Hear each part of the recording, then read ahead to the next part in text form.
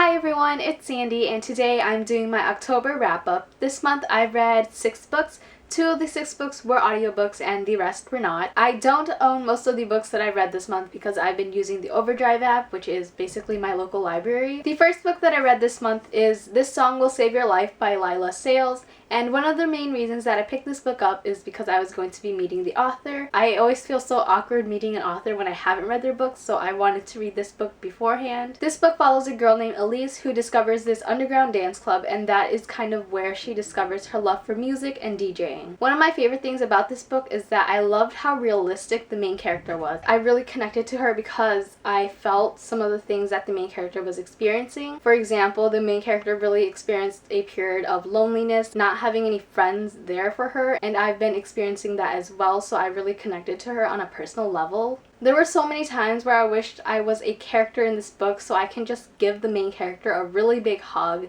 and just be her friend and be there for her. I really enjoyed that the story was about Elise finding herself and doing what really makes her happy. I really loved the relationship that she had with her family and the friends that she eventually made in the story. And overall, I give this book a 3.5 out of 5 stars. The next book that I read is an audiobook, and that was Gone Girl by Gillian Flynn. I'm sure most of you guys know what Gone Girl is about. The story is basically about a man whose wife named Amy disappears, and throughout the story the readers is just trying to figure out what's going on. Before I talk about my thoughts, I wanted to say that about 2 years ago, maybe even longer, I picked this book up. I got through about 100 pages and then I stopped reading it because I was so bored. I couldn't get into it. And then this year, the audiobook version was available, so I decided to check it out. It was really slow at first, but once something major happened, that's when things started picking up and I got super into it. If I could describe this book in one word, it would be crazy, because this book is crazy. I loved it. I loved how crazy it was. I'm a little bit disappointed with how it ended.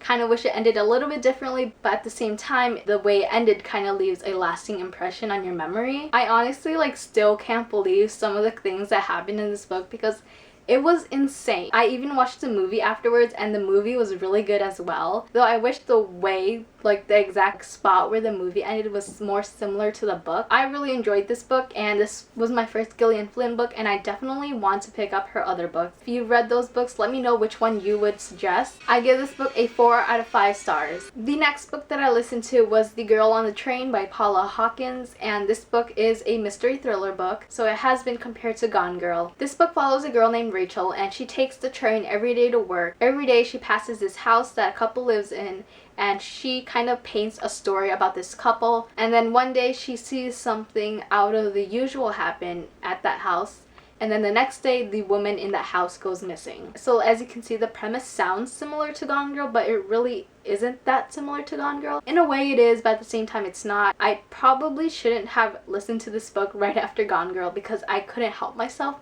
but compare it to Gone Girl. I still like this book, but I liked Gone Girl a lot better. The main character is an alcoholic, so she's pretty unreliable, and I really enjoyed reading from an unreliable narrator. But on the other hand, the main character really frustrated me at times with some of the decisions that she was making, even when she was sober. The thing that kind of surprised me about this book was the different POVs. I understand that there would be a perspective from the woman who went missing, but then there was also a perspective from a different woman, and that kind of surprised me when we first got to her chapter. There were times where I got confused about which POV was which, and the plot twist at the end wasn't oh my god, that type of thing. But whatever, I still enjoyed the book and I gave it a 3 out of 5 stars. The next book that I read is The Rose Society by Marie Lu. This is the second book in the Young Elites trilogy, and the trilogy basically follows a girl named Adelina who has this power to create illusions. And if you've heard of the Young Elites before, Adelina is a very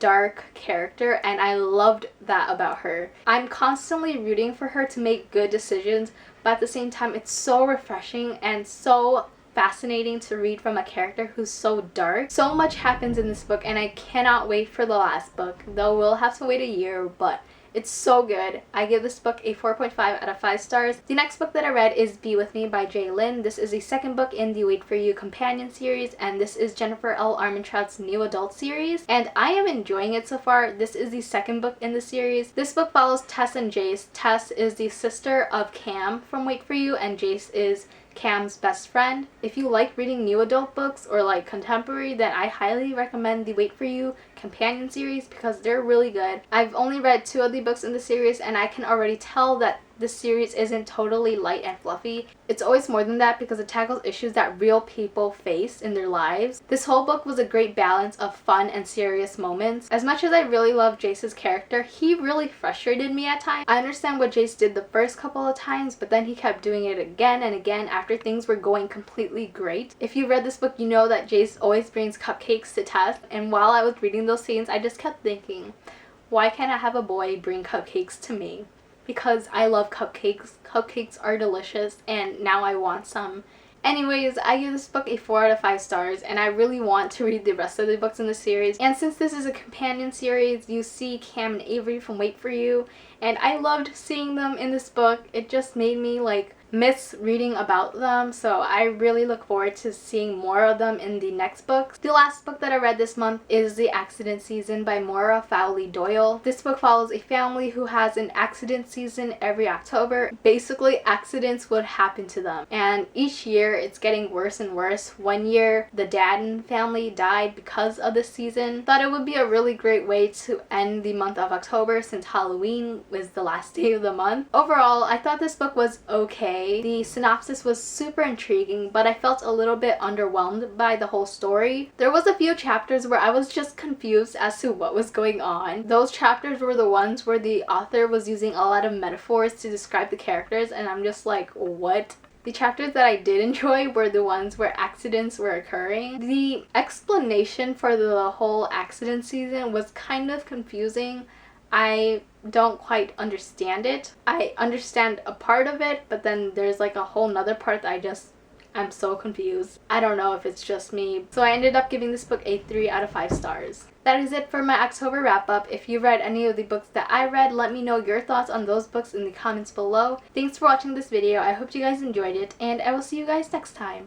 Bye!